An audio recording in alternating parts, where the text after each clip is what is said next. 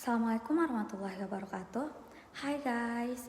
So in this video, I will present my article entitled "Using Assessment for Learning Multi-Case Studies of 3 Chinese University English as a Foreign Language Student as a Foreign Language Teachers Engaging Student in Learning and Assessment." This study explored how 3 university teachers implement AFL in their classroom. Next slide. So before discussing the study, I'd like to explain the introduction of this research. First, the researchers highlight the engagement challenge. Student engagement is considered one of the most important factors in successful learning. However, keeping studies engaged is still a major challenge in many classrooms around the world, especially in English as a foreign language. Context. To solve this problem, the researchers introduced assessment for learning as a possible solution.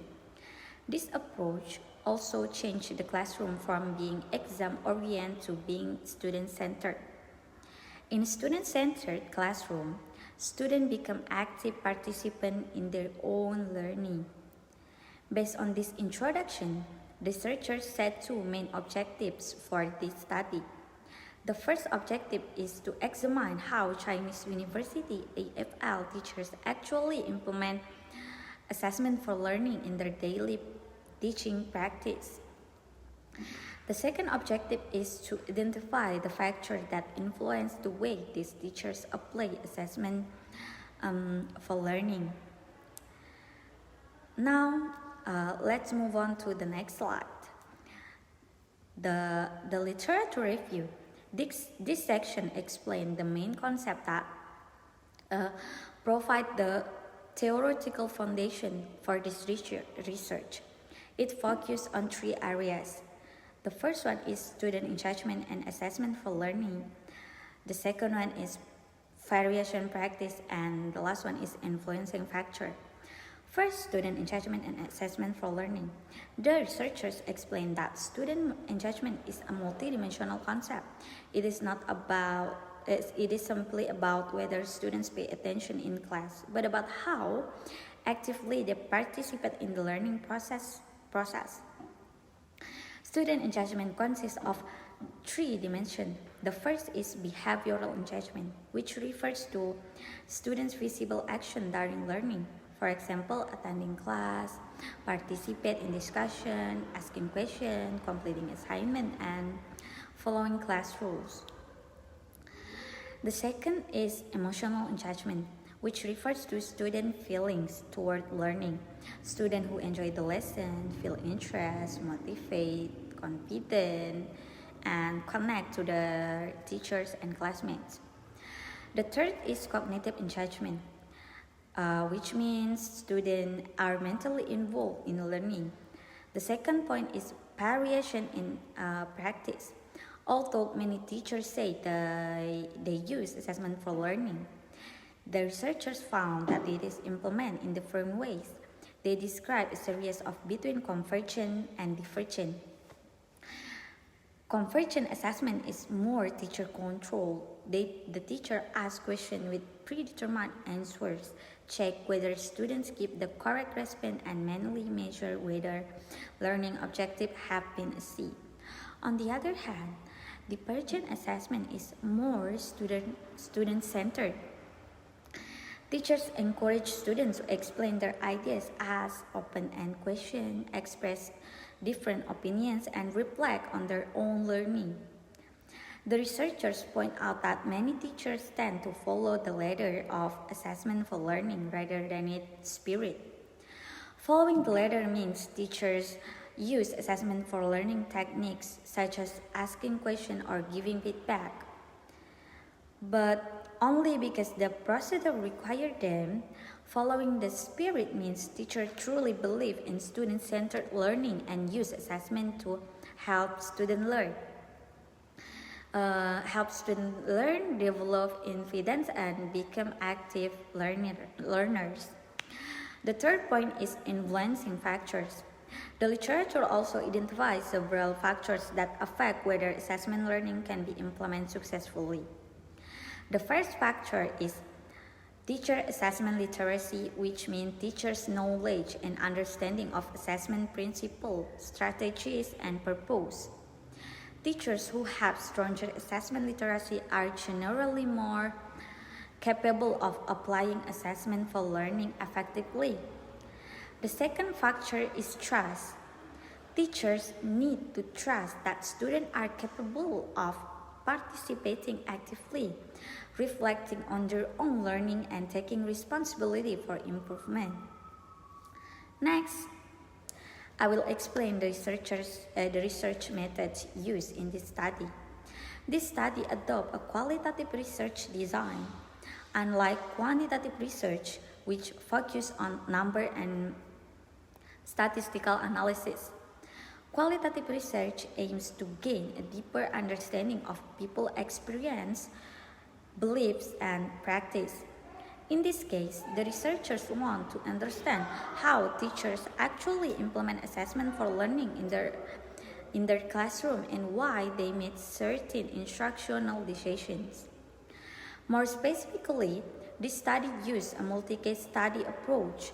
A multi-case study means the researcher examines several different cases instead of only one. First, let's look at the participants. The participants were 3 university English teachers named Nancy, Luke, and Jack. Each teacher had a different teaching background, level of experience, and instructional style. Second, the research context. The study was conducted at 2 universities in northwest China. Both institutions offered English as a foreign language course. Third, data collection. The researchers collect data using 3 different methods, which is known as a data triangulation. The first method was semi-structured interviews. These interviews allowed teachers to explain their beliefs, experience, and understanding of assessment for learning in their own words. The second method was classroom observation. Instead of relying only what teachers said, the researchers directly observed classroom teaching to see how assessment for learning was actually practiced. The third method was stimulated recall accounts. In this method, teachers reflect on specific classroom events after teaching. Finally, data analysis. After collecting the data, the researchers transcribe all interviews and classroom observation into written form. They then code the data, meaning they organize similar ideas into the categories. To ensure the quality and reliability of the research, they use several strategies. They applied case replication, which means comparing findings. They also report an 88% agreement during the coding process. Finally, they use peer debriefing, where other research review and discuss the analysis. Now, let's move on to the findings of the study.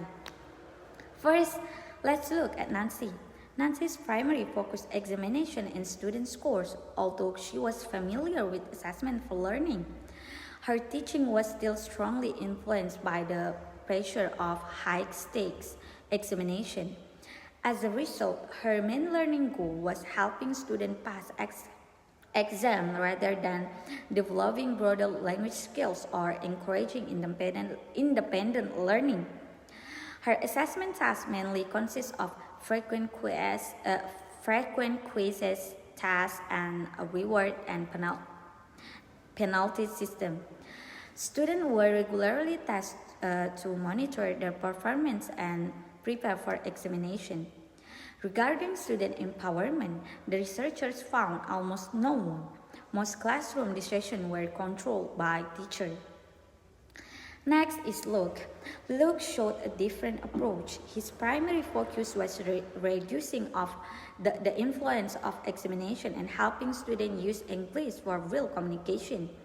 Therefore, his learning goal emphasized authentic communication instead of simply shaping high test score. His assessment tasks still relied mostly on clues and questions.